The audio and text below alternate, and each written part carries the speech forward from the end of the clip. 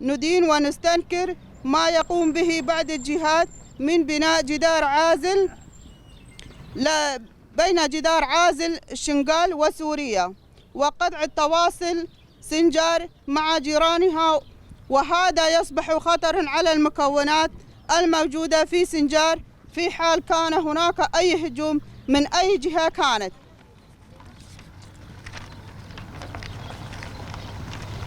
وندعو الجهات المعنية بالتدخل لإيقاف هذه الأعمال الانتهاكية بحق المكونات سنجار وجيرانها.